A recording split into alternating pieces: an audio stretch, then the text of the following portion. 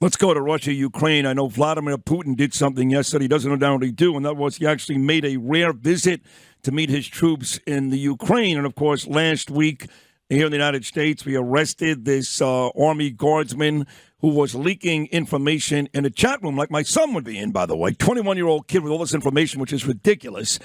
He's in a chat room, and he had all these leaking all this Pentagon information, some of it classified stuff about the Ukraine, some real tactical information about the war in Ukraine.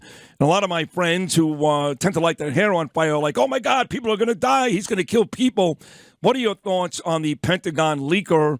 And how much more dangerous did he make that war, if at all? Yeah. Well, first of all, Jack Teixeira, who's been alleged to have leaked these documents, I mean, he, as you point out, he was an Air National Guardsman at a very low level.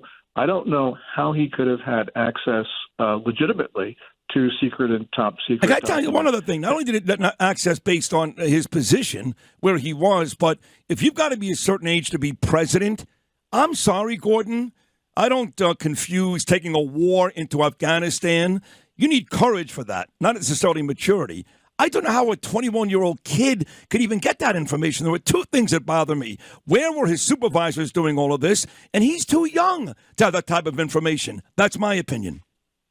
Yeah, certainly. And, we've got a Secretary of Defense who's much more interested in social engineering than he is in the nuts and bolts of his job, which is to make sure that only appropriate people have access. This was the whole issue after Edward Snowden, but this is even more egregious. And it shows you that the Biden administration, they've got this woke ideology.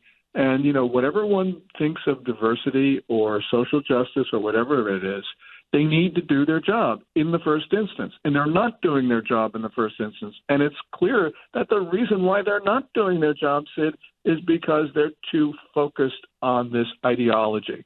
And the American government, we suffer, and the American Republic suffers because we're not doing those things that are necessary to protect us.